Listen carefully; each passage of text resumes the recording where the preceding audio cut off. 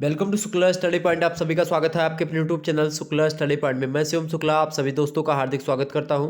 आज की वीडियो के माध्यम से हम चर्चा करेंगे sociology paper 1 BA third year के छात्र छात्राओं के लिए ऐसे मॉडल पेपर के बारे में जिनसे आपकी परीक्षा में लगभग 90% प्रश्न वहीं से आने वाले हैं।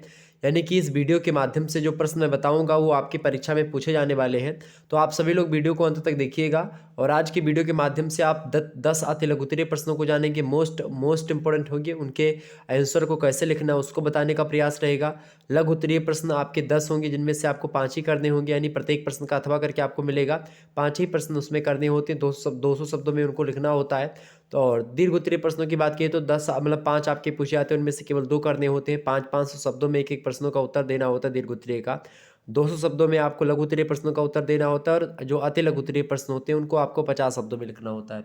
तो समाज शास्त्र का पेपर 1 है, अर्थात जो है sociology first paper new model paper है 2023 की परीक्षाओं के लिए।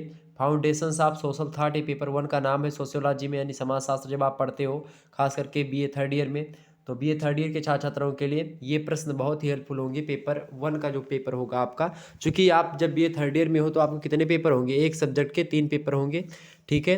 तो यानी कि प्रत्येक पेपर का एक एक मतलब एक प्रकार से एग्जाम होगा। पेपर 1 का एग्जाम अलग डेट को होगा, पेपर 2 का एग्जाम अलग डेट को होगा, पेपर 3 का एग्जाम अलग डेट को होगा। जिस प्रकार से आपने बीए सेकंड ईयर में दिया था तो 2 पेपर होते हैं, सेकंड ईयर में खास करके 2 पेपर होते हैं एक सब्जेक्ट के, लेकिन जब थर्ड ईयर में आप जाते हो तो 3 पेपर होने लगता है, ठीक है। तो उसी श्रृंखला में मैं आज पहले पेपर पर डिस्कशन कर रहा हूं और अगली वीडियो जो होगी उसमें मैं पेपर 2 पर डिस्कशन करूंगा, उसके बाद पेपर 3, इसी प्रकार से हर एक सब्जेक्ट की पेपर 1, 2, 3 और सब पर मैं चर्चा करूंगा। और किसी किसी सब्जेक्ट में आप देखते हैं तीसरा जो पेपर होता है उसमें 3 खंड होते हैं, किसी किसी में 2 खंड होते हैं।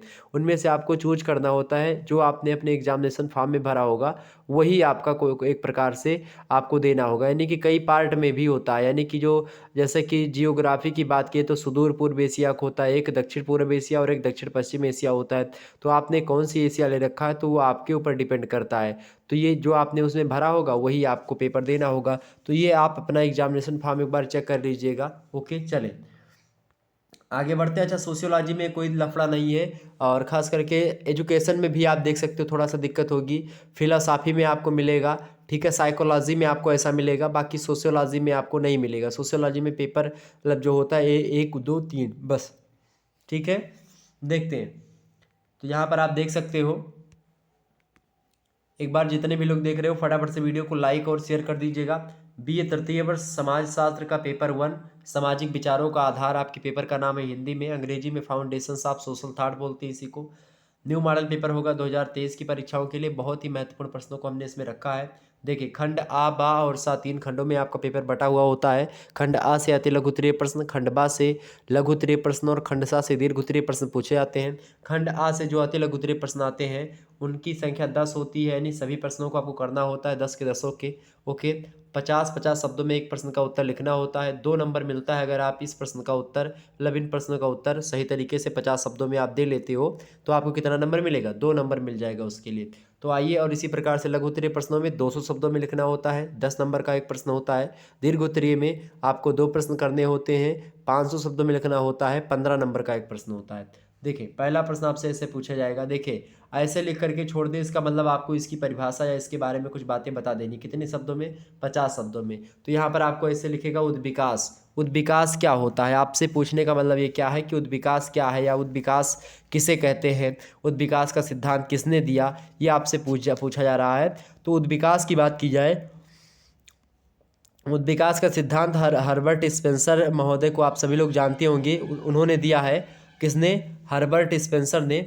तो हर्बर्ट स्पेंसर की अगर बात की जाए तो वो उन्होंने उद्विकास के सिद्धांत को दिया। अच्छा, डार्विन ने भी एक प्रकार से उद्विकास को सिद्धांत को दिया, लेकिन उन्होंने जानवरों के बारे में एक प्रकार से उनका विकास कैसे कैसे हुआ उस पर शोध किया, लेकिन उसी को कहीं ना कहीं पे मनुष्यों पर लागू या समाज पर लागू किया। किसने, समाज पर लागू करने का प्रयास किया, हर्बर्ट स्पेंसर ने। तो हर्बर्ट स्पेंसर का उद्विकास का जो सिद्धांत है ये क्या है, यही आपसे पूछा जा रहा है। तो क्या लिखोगे भाई, आप लिखेंगे कि यह सिद्धांत किसका है, उद्विकास का सिद्धांत स्पेंसर का है। और इन्होंने डार्विन के उद्विकासी सिद्धांत को समाज पर क्या किया, लागू करा। आगे आप लिखोगे कि स्पेंसर कहते हैं कि समस्त ब्रह्मांड पदार्थ और शक्ति दो पदार्थों से मिलकर के बना। कितने पदार्थों से भैया? स्पेंसर कहते हैं कि दो शब्दों से मिलकर के बना है ब्रह्मांड की। कौन कौन से? एक तो पदार्थ से मिलकर के और एक शक्ति, यानी शक्ति और पदार्थ से मिलकर के एक प्रकार से किसका निर्माण हुआ है, ब्रह्मांड का निर्माण हुआ। कौन मानता है? स्पेंसर मानते हैं। आगे स्पेंसर कहते हैं कि समाज का उद्विकास सरलता से जटिलता की ओर होता है, अभिन्नता से भिन्नता की ओर होता है, असंबद्धता से संबद्धता की ओर होता है। ठीक है, यानी कहने का मतलब ये है सरलता से जटिलता की ओर। यानी पहले समाज बड़ा सरल था, पहले आप देखते हैं शुरुआत में व्यक्ति अकेला था, धीरे धीरे फिर परिवार बन गया, उसी के साथ परिवार से फिर समाज का निर्माण हुआ, समाज से फिर संजातीयता एक प्रकार से धीरे धीरे आप देखते हैं अब संजातीयता समाप्त होने लगी है। श्रम विभाजन के साथ आप देखते हैं भिन्नता भी बढ़ी है, जटिलता में वृद्धि होती गई है। यानी कुल मिलाकर के आप देखेंगे कि उद्विकास एक प्रक्रिया है जो कि सरलता से जटिलता की ओर बढ़ी है। पहले केवल व्यक्ति का उद्देश्य क्या होता था, रोटी कपड़ा मकान। उससे पहले भी केवल आप उसको एक प्रकार से अपना पेट पालन करने के लिए केवल भोजन की आवश्यकता होती थी। शुरुआत में कच्चा मांस खाता था मनुष्य, मतलब कि जानवरों को पकड़ के या फिर अन्य जीव जंतुओं को खाता था कच्चे तरीके से। आग की खोज हुई, उसके बाद में उसको खाने लगा, धीरे धीरे करके फिर वस्त्र पहनने लगा, उन्हीं की छालों का वस्त्र, फिर पत्तों का वस्त्र बनाने लगे, फिर धीरे धीरे आग का आविष्कार होते हुए भून कर खाने लगे, कई सारी चीज़ें हुई, फिर खेती करना प्रारंभ कर दिया, नए नए औजारों का निर्माण करना प्रारंभ कर दिया, कई सारी चीज़ें होती गई। तो यानी एक लंबी प्रक्रिया, उद्विकास का मतलब होता है एक लंबी प्रक्रिया। उद्विकास को अंग्रेजी में एवोल्यूशन बोलते हैं। क्या बोलते हैं अंग्रेजी में? एवोल्यूशन बोलते हैं। क्या बोलते हैं भाई? अंग्रेजी में उद्विकास को एवोल्यूशन बोलते हैं। ठीक है, वो उद्विकास प्रगति और एक प्रकार से विकास यानी डेवलपमेंट, और एक होता है क्रांति यानी कि एक प्रकार से रेवोल्यूशन। रेवोल्यूशन माने क्रांति, एवोल्यूशन माने उद्विकास, डेवलपमेंट माने विकास, और प्रोग्रेस माने प्रगति। प्रगति और प्रोग्रेस ये दो शब्द जो है इम्पोर्टेंट है। प्रगति और एक प्रकार से उद्विकास, ये दो शब्द जो है ये कहीं ना कहीं पे आपको मिलते रहते हैं। जो है समाजशास्त्र जब आप पढ़ते हो तो उद्विकास का मतलब होता है कि जब बहुत लंबी प्रक्रिया के तहत विकास होता है, लंबी प्रक्रिया के तहत जब सरलता से जटिलता की ओर होता है। यानी पहले का समाज आप देखते हैं आदि मानव वाला, वहाँ से लेकर के आज का जो भौतिकवादी समाज आप देख रहे हो, चहल पहल, तमाम सारी वस्तुओं का निर्माण हो चुका है। पहले इतनी सारी वस्तुएं नहीं थी, तो अब जटिल हो चुका है समाज, और पहले समाज बिल्कुल सरल था। तो वही उद्विकास होता है। उद्विकास का सिद्धांत यही है कि पहले सरल था समाज, अब धीरे धीरे उसमें परिवर्तन हुआ। उद्विकास की प्रक्रिया धार्मिक, आर्थिक, राजनीतिक, पारिवारिक एवं सामाजिक तथा सांस्कृतिक सभी क्षेत्रों में आपको दिखाई पड़ती है। पहले धार्मिक प्रक्रिया कुछ और थी, आज कुछ और है। आर्थिक क्रियाएं को पहले लोग कुछ और किया करते थे, आज तमाम प्रकार की आर्थिक क्रियाओं के साधन हैं। पहले राजनीति कुछ अलग तरीके से होती थी, आज राजनीति में बहुत परिवर्तन है। आज लोकतंत्र है, ठीक है, गणतंत्र है, राजतंत्र समाप्त हो गया। पारिवारिक प्रकार से गतिविधियाँ जो थी वो पहले दूसरे तरीके से थी, आज दूसरी है। सामाजिक, सांस्कृतिक, तमाम प्रकार के जो समाज था पहले अलग अलग तरीके से था, आज उन्हीं समाजों में अलग अलग तरीक़ों से, अलग अलग समाज के पहलुओं में तमाम प्रकार का परिवर्तन आपको दिखाई पड़ रहा होगा। यही होता है उद्विकास। एक बड़ी लंबी, मतलब कि बहुत दिनों से चली आ रही प्रक्रिया, वो होती है उद्विकास। प्रगति का मतलब होता है एक निश्चित लक्ष्य की प्राप्ति के लिए जब हम आगे बढ़ते हैं और उससे आगे निकल जाते हैं तो होती प्रगति। जैसे मैंने मान लिया कि हमको यहीं तक आना था, मान लेते हैं 0 बिंदु तक हमको आना था इधर से, और हम और आगे निकल गए कि एक निश्चित समय में, तो हो गई प्रगति, यानी प्रोग्रेस कर लिया हमने यहाँ से। चूँकि हमको यहीं तक पहुँचना था लेकिन इससे आगे मैं चला गया, तो ये प्रोग्रेस हो गया मेरा। प्रोग्रेस माने एक प्रकार से बढ़ना। ठीक है, तो उद्विकास आपके समझ में आ गया क्या होता है। अगला पॉइंट है उद्विकास का सिद्धांत पूछे किसने दिया था, तो हर्बर्ट स्पेंसर ने दिया था, बात ध्यान रखेंगे। अगला प्रश्न है आपका गृहस्थ आश्रम। गृहस्थ आश्रम की बात की जाए तो गृहस्थ आश्रम क्या होता है, आप सभी को पता होगा। आश्रम व्यवस्था एक प्रकार से टर्म होता है। आश्रम व्यवस्था खास करके सोशियोलॉजी में और बीए थर्ड ईयर के पेपर 1 में आपको सामाजिक विचारों के आधार जब आप पढ़ रहे होंगे तो जरूर आश्रम व्यवस्था से प्रश्न एग्जाम में 1 या 2 प्रश्न आते रहते हैं। आश्रम व्यवस्था की बात की जाए तो आश्रम व्यवस्था का अर्थ होता है एक प्रकार से जिसमें व्यक्ति अनेक जो है कार्यात्मक स्तरों पर विश्वास, मतलब विश्राम करता हुआ अपने अंतिम लक्ष्य की ओर आगे बढ़ता है, मोक्ष की प्राप्ति के लिए आगे बढ़ता है। महाभारत में वेदव्यास ने कहा है कि जीवन के 4 आश्रम जो होते हैं, ये व्यक्तित्व की 4 मतलब की सीढ़ियाँ होती हैं विकास की, जिन पर क्रम से चढ़ते हुए मनुष्य मोक्ष की प्राप्ति की ओर आगे जाता है। यानी कुल मिलाकर के आप देखते हैं जीवन को 100 वर्षों को मान करके ऋग्वेद में कहा गया है कि जीवेत सरदः सततम, यानी कि जीवन कितने 100 वर्षों का मान करके ऋग्वेद में कहा गया है कि मानव जीवन 4 आश्रमों से होकर के गुजरता है। पहला आश्रम कौन सा है? मानव जीवन के 4 आश्रम होते हैं। पहला आश्रम है आपका ब्रह्मचर्य आश्रम। ब्रह्मचर्य आश्रम जो है ये 0 से लेकर के 25 साल तक वर्ष तक का जो आश्रम होता है ये ब्रह्मचर्य आश्रम होता है। दूसरा आश्रम होता है वानप्रस्थ आश्रम, 25 से लेकर के 50 वर्ष का जो समय है ये होता है एक प्रकार से ब्रह्मचर्य मतलब गृहस्थ आश्रम, गृहस्थ आश्रम। और तीसरा होता है आपका वानप्रस्थ आश्रम। वानप्रस्थ आपका 50 वर्ष से लेकर के और 75 वर्ष तक जाता है। और जो चौथा आश्रम है वो होता है संन्यास आश्रम। संन्यास आश्रम की बात की तो 75 के बाद 100 वर्ष तक जो व्यक्ति मतलब बीच का होता है ये एक प्रकार से संन्यास आश्रम है।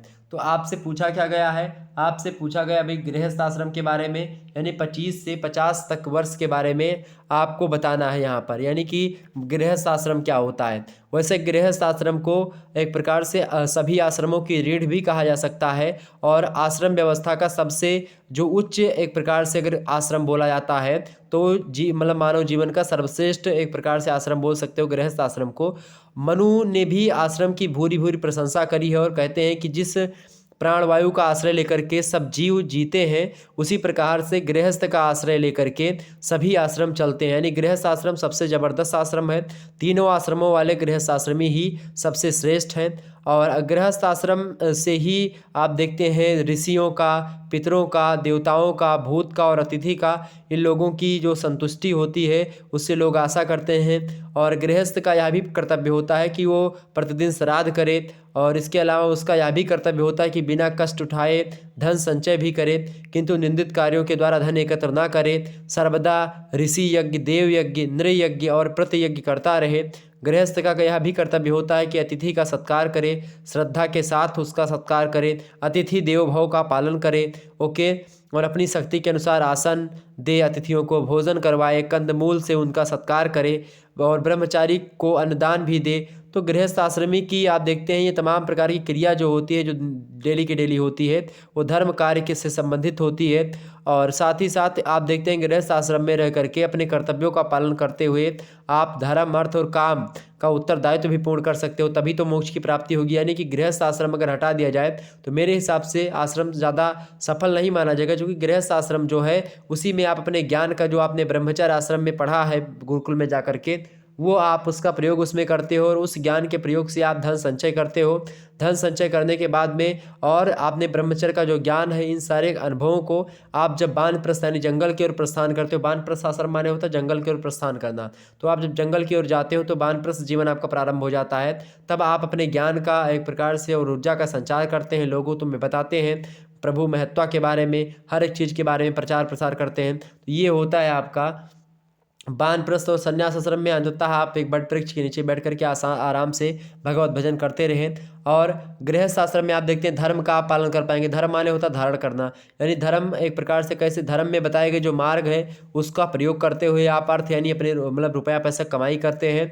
और काम माने होता है अपने जीवन की जो समस्त इच्छाएं होती हैं, चूँकि जो मनुष्य होता है वो अनंत इच्छाओं का स्वामी होता है। और यही मनुष्य चूँकि जब अनंत इच्छाओं का स्वामी होता है तो अपनी समस्त इच्छाओं की पूर्ति के लिए वह क्या करता है, तो मनुष्य जो होता है वो पैसा रुपया कमाता है। और पैसा रुपया धर्म सम्मत अगर कमाता है और अपने जीवन की इच्छाओं को पूरा करता है तो उस व्यक्ति को मोक्ष की प्राप्ति होती है। ठीक है, धर्म के बताए हुए मार्ग पर चल करके, धर्म में बताए गए जो नियम कायदे उनका पालन करते हुए आगे बढ़ता है जो मनुष्य, उसको कोई संशय की बात नहीं, मोक्ष की प्राप्ति होती है। आवागमन के बंधन से वह प्राणी मुक्त हो जाता है। मृत्यु लोक के जो तमाम सारे कष्ट हैं उनसे एक प्रकार से वो निपटारा पाता है। मृत्यु लोके जना सर्वे नाना क्लेश समान बिता नाना योनि समुत्पन्ना पच्यन्ते पाप कर्म भी।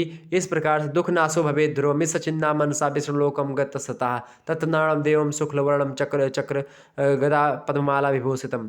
इस प्रकार से जो नारद भगवान थे, मतलब एक प्रकार से वो जाते हैं भगवान विष्णु के पास और पूछते हैं कैसे सभी जो मृतलोक के जना सर्वे नाना क्लेश समान बितान, जो नाना क्लेश से मृतलोक के जन सभी समाहित हैं, तो वो कैसे मिटेगा? तो उन्होंने कहा था कि पुरुषार्थ का अगर सही तरीके से पालन किया जाएगा, धर्म के बताए हुए मार्ग पर जो व्यक्ति चलेगा, आश्रम व्यवस्था को मानेगा, वर्णाश्रम के नियमों का पालन करेगा, उस व्यक्ति को मोक्ष की प्राप्ति होगी। तो ये सब चीज़ें आप देख सकते हो। तो गृहस्थ आश्रम उनमें सबसे महत्वपूर्ण बताया गया है सभी व्यक्तियों के द्वारा और सभी विद्वानों के द्वारा। तो कुल मिलाकर के चूँकि गृहस्थ आश्रम में रह करके आप दूसरों की सेवा कर सकते हैं, अपने बीवी, अपने बच्चों का, अतिथियों का, अपने पिता का, अपने जो कुल पुरोहित है उनका, जो ऋषि मुनि है उनका, जो सात्विक विचार वाले हैं उनका, सभी की सेवा पाती कर सकते हैं। तो एक प्रकार से गृहस्थ आश्रम सबसे बेस्ट आश्रम है। गृहस्थ आश्रम मतलब होता है आपकी शादी हो जाती है, आप अपने एक प्रकार से अपने गृहस्थ में रह करके आप पर बहुत सारे लोग आश्रित होते हैं और उनका आप पालन पोषण करते हैं। तो ये होता था आश्रम व्यवस्था, जो कि मैंने आपको बताई। गृहस्थ आश्रम के बारे में समझ गए बातें, आगे समझते हैं। तीसरा प्रश्न है, कॉम्ट की किन्हीं 4 रचनाओं का नाम लिखिए। कॉम्ट की किन्हीं 4 रचनाओं के नाम आपसे पूछ रहा है। कॉम्ट माने अगस्त कॉम्ट। तो कॉम्ट की बात की है तो कॉम्ट की कई सारी रचनाएं हैं। ओके, कॉम्ट की कई सारी रचनाएं हैं।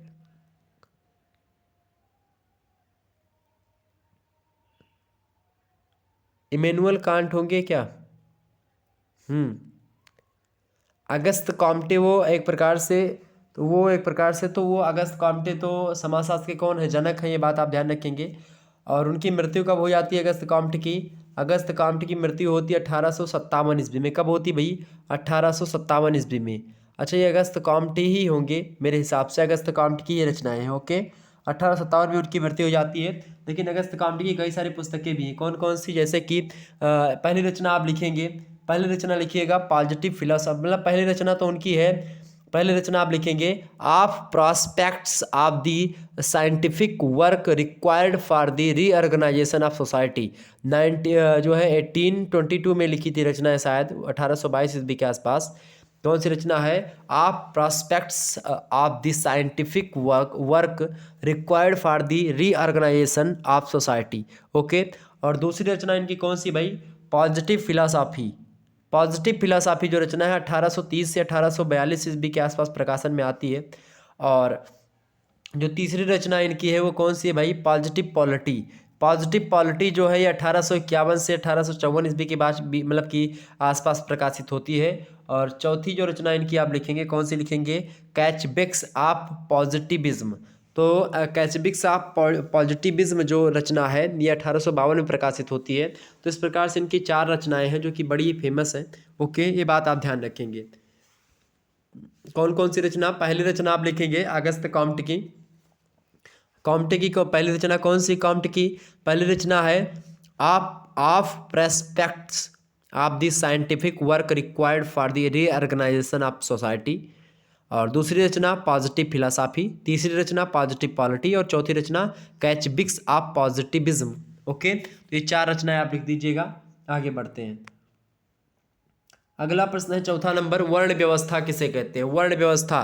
तो वर्ण व्यवस्था क्या है भाई? फटाफट से बताने का प्रयास करेंगे। वर्ण व्यवस्था के बारे में आप सभी को पता होगा। एक श्लोक भी है जो है वेदों में कि ब्राह्मणोस्य मुखामासीद बाहुराजान्यः कृतः उरुतदस्य वैश्याः पादाभ्याम शूद्रो अजायतः।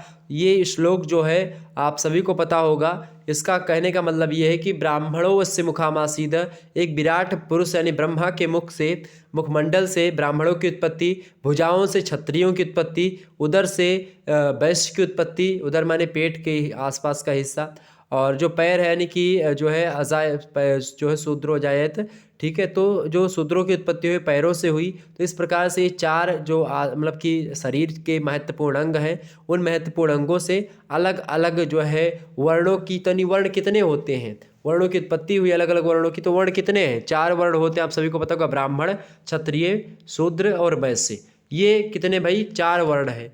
4 वर्ण कौन कौन से हो गए? शूद्र, वैश्य और क्षत्रिय और ब्राह्मण। ठीक है, क्लियर होगी बातें? कौन कौन से 4? ब्राह्मण, क्षत्रिय, शूद्र, वैश्य। ठीक, तो ये 4 वर्ण होते हैं। 4 वर्णों की बात की है तो इनके पहले वर्ण व्यवस्था आधारित मतलब कि वर्ण व्यवस्था पर सारी चीज़ें हो रही थी। आज भी बहुत मतलब वर्ण व्यवस्था आप देखते हैं विद्यमान है कहीं पे, और लेकिन उसका बहुत ज़्यादा स्ट्रक्चर जो है अब ख़त्म होने को है धीरे धीरे। ठीक है, लगभग समाप्त होने की ओर है वर्ण व्यवस्था। वर्ण व्यवस्था पर नियमों का कोई पालन नहीं करता, चाहे ब्राह्मण, चाहे क्षत्रिय, चाहे वैश्य, चाहे शूद्र। हर व्यक्ति अपने अपने जो कार्य थे जो कि निर्धारित किए गए थे पहले, उससे अलग हट करके अपने अपने कार्यों में, मतलब कि जो व्यक्ति जिसको जिसमें समर्थ है उस कार्य को करने लगा है। और मेरे हिसाब से ये ठीक ठाक बात भी हो सकती है, क्योंकि अगर आप जो है अध्यापन नहीं करना चाहते हैं, तो अगर आप जो है कोई दूसरा काम में निपुण है तो आप वो काम करेंगे तो ज़्यादा बेटर रहेगा। अब ज़रूरी नहीं कि आपके पिताजी ने जो कार्य किया था आप भी वही कार्य करो, लेकिन फिर भी आप देखते होंगे कि जो आपका एक प्रकार से, जैसे क्या होता है कभी कभी जो आपका वैसा कार्य होता है जो आपके कुल खुद का, ये मानते होंगे कि जो आपके दादा परदादा ने जो काम किया वो काम करने में कभी आपको शर्म महसूस नहीं होती है। और कभी कभी जो ऐसा होता है मेरे हिसाब से, बाकी वो दुनिया अलग समझे, लेकिन अब वर्ण व्यवस्था लगभग एक प्रकार से अपने चरम मतलब की समापन की ओर है मेरे हिसाब से। और निश्चित तौर पर आप देख सकते हो तो वर्ण व्यवस्था ये आधारित थी किस पर भाई? वर्ण व्यवस्था के सामाजिक आधारों की अगर बात कर ले तो वर्ण व्यवस्था की प्रकृति की अगर बात की जाए तो वर्ण व्यवस्था की प्रकृति विभिन्न वर्णों के धर्म और वर्ण में निहित जीवन दर्शन के आधार पर स्पष्ट किया जा सकता है। और यह व्यवस्था संसार की अन्य सामाजिक व्यवस्थाओं में अपूर्व स्थान रखती है। वर्ण व्यवस्था के सामाजिक आधार कई सारे हैं, जैसे कि अगर बात की है वर्ण व्यवस्था के सामाजिक आधार पूछा जाता रहता है एग्जाम में। पहला आधार है कि गुण और स्वभाव पर वर्ण व्यवस्था आधारित थी। गुण और स्वभाव क्या भाई, कैसा गुण व्यक्ति का है, कैसा स्वभाव है, उसी के आधार पर वर्ण व्यवस्था आधारित थी। दूसरा, शक्ति और अधिकारों का निश्चित संस्तरण था। कौन सा कार्य किसको करना है, तो कौन सी शक्ति किसके पास निहित होती है, ये सारे फिक्स थे पहले से। इसके अलावा व्यवसाय का अनुवांशिक स्वरूप हो गया था धीरे धीरे करके। अनुवांशिक स्वरूप मतलब क्या होता है, जैसे हमारे पिताजी ब्राह्मण थे तो मैं पंडिताई करूंगा, पूजा पाठ करवाऊंगा, ठीक है। उनके पिताजी क्षत्रिय थे तो वो राजपाट करेंगे। उनके पिताजी एक प्रकार से मान लेते हैं कि जो है दुकान खोले थे तो वो भी दुकान खोलेंगे, ठीक है। साहूगिरी करेंगे, ठीक है, व्यापार करेंगे, व्यवसाय करेंगे। और उन्होंने खेती करी तो मैं भी खेती करूंगा। तो इस प्रकार से क्या होता है, ये व्यवसाय का अनुवांशिक स्वरूप हो गया, यानी अपने पिताजी जो कर रहे थे वो हम करेंगे, हमारा लड़का वो करेगा जो मैं कर रहा था, इस प्रकार से। गुणात्मक प्रेरणात्मक मतलब कि प्रेरणा का स्रोत है ये वर्ण व्यवस्था। इसके अलावा अनुलोम विवाह पर आधारित था। अनुलोम विवाह और प्रतिलोम विवाह, दो प्रकार के विवाह का नाम आप लोगों ने सुना होगा। अनुलोम विवाह का मतलब होता है कि अगर एक वर्ण उच्च वर्ण की अगर लड़की है और निम्न वर्ण के लड़के से शादी करती है तो विवाह कौन सा हो जाएगा, वो प्रतिलोम विवाह हो जाएगा। अनुलोम विवाह तब होगा मेरे भाई जब कोई उच्च वर्ण का लड़का है और कोई निम्न वर्ण की लड़की है, अगर दोनों आपस में शादी कर लेते हैं तो ये अनुलोम विवाह है, ये विवाह योग्य था, ये वैध था, ठीक है। जबकि अगर कोई उच्च वर्ण की लड़की है और वो किसी निम्न वर्ण के लड़के के साथ शादी करती थी तो ये प्रतिलोम विवाह माना जाता था। ये विवाह शायद प्रचलित नहीं रहा होगा वर्ण व्यवस्था में, ये प्रचलित नहीं था, ठीक है। तो इस प्रकार से ये सब वर्ण व्यवस्था के सामाजिक आधार थे जो कि मैंने आपको बताए। तो अनुलोम विवाह और प्रतिलोम विवाह तो समझ में आ गया होगा। अनुलोम माने क्या होता है, अनुलोम माने एक प्रकार से ठीक ठाक विवाह मतलब कि जो माने था। प्रतिलोम माने जो मान विवाह नहीं था, ठीक है। जब एक उच्च वर्ण का, उच्च वर्ण माने कि मान लेते ब्राह्मण जाति की लड़की थी, ब्राह्मण वर्ण की कोई लड़की है और कोई वैश्य वर्ण की कोई एक प्रकार से, या क्षत्रिय वर्ण की, या फिर एक प्रकार से शूद्र वर्ण की कोई लड़की मतलब कि कोई लड़का है, अगर उससे एक ब्राह्मण वर्ण की लड़की शादी करती है तो ये वैध नहीं था। जबकि अगर बात की जाए एक जो है ब्राह्मण का लड़का हो, कोई क्षत्रिय की लड़की हो, या कोई वैश्य की लड़की हो, या कोई शूद्र की लड़की हो, अगर वो शादी कर ले किसी उच्च वर्ण यानी कि ब्राह्मण वर्ण के लड़के के साथ तो शादी वैध मानी जाती थी उस समय। ये एक प्रकार से चीज़ें हुआ करती थी। और तो ये थी वर्ण व्यवस्था। आगे बढ़ते पांचवा पॉइंट। पांचवा पॉइंट आपका है प्रोटेस्टेंट नीति। प्रोटेस्टेंट नीति की अगर बात की है तो ये क्या है भाई, प्रोटेस्टेंट नीति। प्रोटेस्टेंट नीति की अगर बात की जाए तो प्रोटेस्टेंट नीति जो है ये एक जो ईसाई धर्म होता है उसी से रिलेटेड है प्रोटेस्टेंट नीति। इसमें नीतियाँ क्या क्या थी यही आपसे पूछा जा रहा है। 50 शब्दों में आपको बड़े आसानी से लिखेंगे। प्रोटेस्टेंट धर्म की प्रमुख विशेषताएं निम्नवत हैं, या ऐसे हैं या नीचे लिखी गई हैं, आप लिखेंगे उसमें। प्रोटेस्टेंट नीति की अगर बात की जाए तो कई सारे प्रोटेस्टेंट धर्म जो है ईसाई धर्म का ही एक अलग भाग बना था, ठीक है। तो इसमें कहा गया था, पहली नीति इसकी थी, पहली विशेषता इसकी है प्रोटेस्टेंट नीति की कि श्रम ही मूल्य, इसमें श्रम को मूल्य माना जाता था। इसके अलावा दूसरी विशेषता इसकी ये है कि परिश्रम करना पुण्य माना जाता था इसमें। परिश्रम क्या है? पुण्य है। ओके, इसके अलावा तीसरा, भाग्य के सहारे बैठना मना है। यह भी कहा जाता था, प्रोटेस्टेंट नीति कहती थी कि भाग्य के सहारे बैठना मना है, परिश्रम करना पुण्य है, श्रम ही मूल्य है। तो आप परिश्रम करो, आप श्रम करो। अगर आप परिश्रम करोगे तो आपको पुण्य मिलेगा, आप श्रम करोगे तो आपके मूल्यों की प्राप्ति होगी, और आप भाग्य के सहारे मत बैठो, ये बताया गया। चौथा, इसकी विशेषता ये है कि कर्म प्रधान है और उसी का महत्व है। प्रोटेस्टेंट नीति में जो कर्म प्रधान की ये विशेषता है या एक प्रकार से चीज़ें हैं, ये कहीं ना कहीं पे आप देखते हैं कर्म का सबसे गहरा दस्तावेज जो रहा है वो रहा है जो है अपनी गीता, श्रीमद् भगवत गीता। वो कर्मवाद पर ही आधारित है मुख्य रूप से। जो जस करहिं तस फल चाखा। प्रभु एक प्रकार से बात की राम जी की, आप देखते हैं रामचरितमानस जो रचना है, मतलब कि भगवान राम जी उसमें एक प्रकार से मतलब उन्हीं के ऊपर आधारित है। तो श्री रामचरितमानस जो तुलसीदास जी महाराज द्वारा रचित है, एक महाकाव्य है, और उसमें आप देखते हैं चौपाई बताई गई है कि जो जस करहिं तस फल चाखा। ठीक है, कर्म प्रधान विश्व करि राखा, जो जस करहिं तस फल चाखा। इस प्रकार से यानी कर्म आधार जग एक भवानी। कर्म माने एक प्रकार से आप देखते हैं कर्म जो होता है अगर जो व्यक्ति करता है तो उसको फल अवश्य मिलता है। गीता में कहा गया है कि कर्म तू करता रहे। हे पार्थ, तुम कर्म करते हो, तुम फल की इच्छा मत करो। फल चूंकि तुम्हारे हाथ में नहीं है, फल तो मेरे हाथ में है। प्रभु श्री कृष्णचंद्र कहते हैं कि फल देना तो मेरे हाथ में है। एक पत्ता भी हिलता है तो वो मेरे मर्जी से हिलता है। तो फल देना एक प्रकार से या फल पाने की इच्छा, ये तो तुम कर सकते हो, फल पाने की इच्छा कि भाई फल मिलेगा, लेकिन तुम केवल अगर कर्म पर अपने ध्यान दोगे तो फल ऑटोमेटिक आपको मिलेगा। तो फल के लिए अगर आप कर्म करोगे तो आपका कर्म सफल नहीं होगा। अगर आप कर्म करोगे अच्छे तरीके से, फल की चिंता नहीं करोगे, तो फल आपको अवश्य मिलेगा। ये गीता का सार संदेश है और जबरदस्त संदेश है। मेरे हिसाब से नहीं बल्कि समस्त विश्व भी मानता है इस बात को। ठीक है, पांचवी बात क्या है? पांचवी विशेषता इसकी ये थी प्रोटेस्टेंट नीति की। इसमें ये कहा गया कि व्यवसाय की अवधारणा की प्रधानता इसमें बताई गई, यानी कि व्यवसाय करना है हर व्यक्ति को। इस प्रकार से व्यवसाय की अवधारणा की प्रधानता स्वीकार की गई। और इसके अलावा छठवीं विशेषता प्रोटेस्टेंट नीति की ये है कि इसमें अपने कार्य के लिए कर्ज लेना अच्छा माना गया था।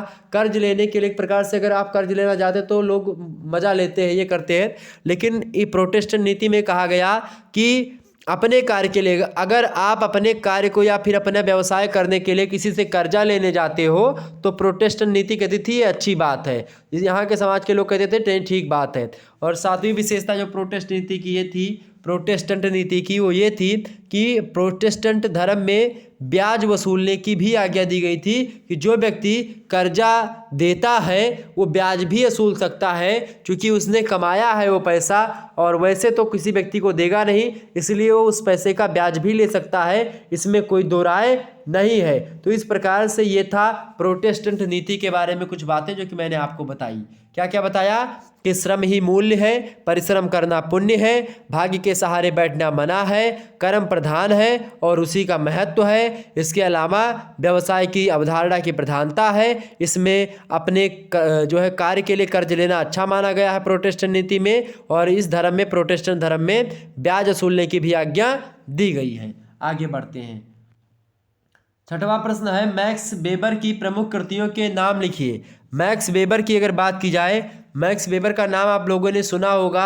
मैक्स वेबर बड़े अच्छे समाजशास्त्री हैं। समाजशास्त्री नहीं है, अलग अलग जो है सब्जेक्ट में भी आपको दिखाई पड़ेंगे मैक्स वेबर। ठीक है, मैक्स मूलर, तमाम प्रकार के व्यक्ति, दुर्खीम हो गए, ठीक है, स्पेंसर हो गए, ये लोग।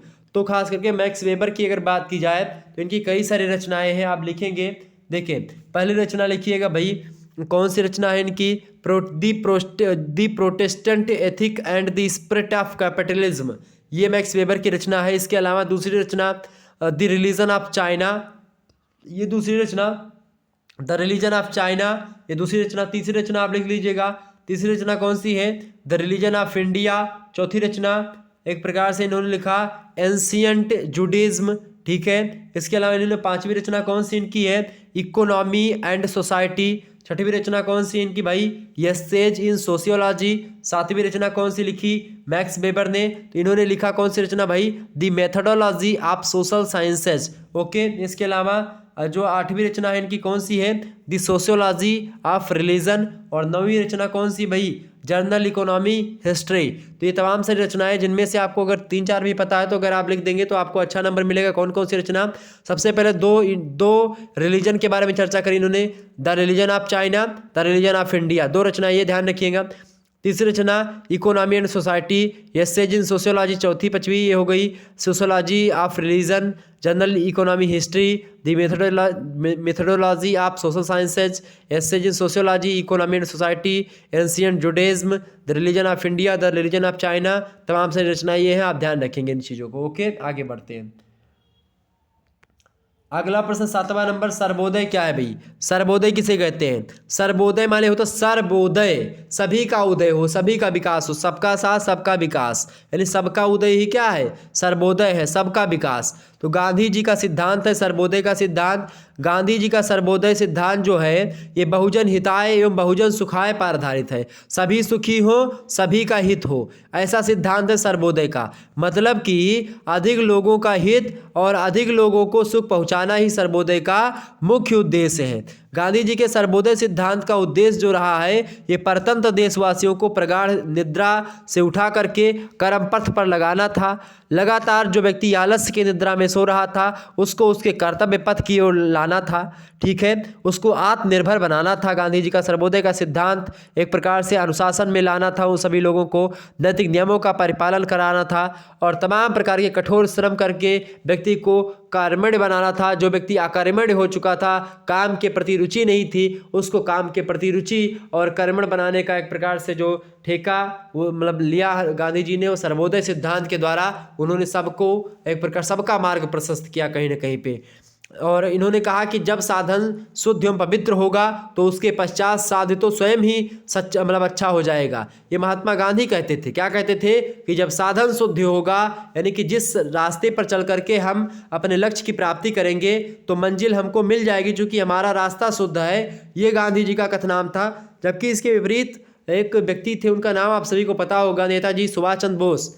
नेताजी सुभाष चंद्र बोस का सिद्धांत था कि रास्ता चाहे जो भी हो, पथ कैसा भी हो, ठीक है, पथ कैसा भी ना हो, लेकिन हमको मतलब कि चाहे साम दाम दंड भेद सब लगा करके आज़ादी लेनी पड़ी तो हम उसको लेंगे। लेकिन गांधी जी कहते थे आज़ादी लेंगे लेकिन सत्य पर के मार्ग पर चलते हुए, अहिंसा के मार्ग पर चलते हुए, हिंसा नहीं करेंगे। मतलब एक प्रकार से मार्ग भी अच्छा होगा और आज़ादी भी मिलेगी, ये गांधी जी कहते थे। सुभाष चंद्र बोस जी कहते थे अगर मार्ग के सहारे बैठेंगे कि भाई चाहे जैसा मार्ग है उसी पर चलेंगे तो भाई टायर पंचर हो जाएगा, ठीक है। अगर कंकड़ पत्थर होगा मार्ग में, टायर पंचर हो जाएगा, पैदल चलना पड़ेगा, मेहनत ज़्यादा लगेगी और मार पीट करके मतलब एक प्रकार से अगर सेना उना बढ़िया इकट्ठा करके और इन लोगों को दहशत बना करके अगर यहाँ से भगाया जाए तो ज़्यादा एक प्रकार से अच्छा रहेगा। नेताजी का विचार था। तो कहीं ना कहीं पे साधन शुद्ध और पवित्र होगा तो उसके पश्चात साध्य ही स्वयं ही अच्छा हो जाएगा, ये महात्मा गांधी कहते थे। और सर्वोदय जो है एक ऐसी ही व्यवस्था है जो कि अपने साथ ही साथ अन्य लोगों को भी जीने का पाठ पढ़ा देता था। और एक प्रकार से इसका सिद्धांत ये था सर्वोदय का, सर्वोदय सिद्धांत में महात्मा गांधी जी ने एक प्रकार से इनका एक ही नारा था कि जियो और जीने दो, ठीक है, क्या जियो और जीने दो, यानी कि सबका साथ सबका विकास। जो महात्मा गांधी मतलब उनका मोदी जी का नारा है सबका साथ सबका विकास, वो कहीं ना कहीं पे सर्वोदय से थोड़ा सा मिला जुला आपको प्रतीत होता होगा, ठीक। तो ये है सर्वोदय। अगला सिद्धांत है, अगला प्रश्न है 8वां नंबर, कर्म का सिद्धांत। कर्म का सिद्धांत की बात की, कर्म का सिद्धांत क्या भाई, कर्म के सिद्धांत के बारे में बताऊं आपको तो कर्म का सिद्धांत गीता से लिया गया है। कर्म प्रधान विश्व करी राखा, जो जस करहिं तिस फल चाखा। तो ये कर्म प्रधान जो है एक प्रकार से ये है। और कर्म की अगर बात की जाए तो हिंदू जीवन दर्शन में कर्म तथा पुनर्जन्म के सिद्धांत जो हैं एक दूसरे से बहुत ज़्यादा संबंधित हैं। और कर्म कारण है और पुनर्जन्म उसका परिणाम है। अगर आपका कर्म अच्छा होगा तो आपका पुनर्जन्म और अच्छा होगा। अगर आपने इस जन्म में कर्म गलत किए हैं तो अगला जन्म भी आपका गलत तरीके से होगा, यानी आपके कर्म के हिसाब से आपको दंड मिलेगा या आपको पुरस्कार मिलेगा। अगर आपका कर्म दंड लायक है तो आपको दंड मिलेगा, अगर आपका कर्म जो है पुण्य लायक है तो आपको पुण्य मिलेगा या पुरस्कार मिलेगा। अर्थात कर्म पर ही आधारित है सारा का सारा जीवन। अगर इस जन्म में आपने गलत कर्म किया है, इस जन्म में आपको दंड नहीं मिला है, तो निश्चित तौर पर आपको अगले जन्म में दंड का भागी अवश्य बनना पड़ेगा। ये कर्मवाद का सिद्धांत कहता है। दूसरी बात ये कर्मवाद में कहा गया कि कर्म का तात्पर्य केवल शरीर द्वारा की गई बाह्य क्रियाओं से नहीं होता है, बल्कि इसके अंतर्गत शरीर, मन और वाणी यानी कि मनसा वाचा कर्मणा, मन से वचन से और कर्म से, वाणी से यानी शरीर से, मन से, वाणी से, सभी से तमाम सारे कर्म होते हैं। मनसा वाचा कर्मणा, ठीक है। कायिक वाचिक मानसिक, कायिक वाचिक मानसिक, कायिक माने शरीर, काया से, मन, मानसिक माने मन से, वाचिक मतलब वचन से। ये 3 कर्मों को भी सम्मिलित करते हैं हम कर्म में, ठीक है। आपका शरीर एक प्रकार से आपका मन और आपकी वाणी, ये सब अगर गलत कर्म करेंगे तो आपको दंड मिलेगा। इसके अलावा कर्म का सिद्धांत इस आधार पर आधारित है कि व्यक्ति के कर्मों का प्रभाव कभी समाप्त नहीं होता है। व्यक्ति के जैसे कर्म किए हैं उसका फल उसे अवश्य मिलेगा, ये कर्मवाद का सिद्धांत कहता है। आगे कर्मवाद का सिद्धांत यह भी कहता है कि कर्म का फल केवल एक ही जीवन में समाप्त नहीं होता है, बल्कि कर्म का चक्र इतना अनंत है कि जब तक व्यक्ति ब्रह्म की प्राप्ति में असफल रहता है तब तक उसे निरंतर किसी न किसी योनि में पुनर्जन्म लेना पड़ता है, और इस क्रम में सृष्टि के अंत तक चलता रहता है। यह क्रम सृष्टि का पुनः प्रारंभ होने के बाद भी उसके कर्म के बीज के रूप में पुनः उसके पुनर्जन्म को प्रभावित करने के लिए वो कर्म उसके पुनर्जन्म के आ जाते हैं।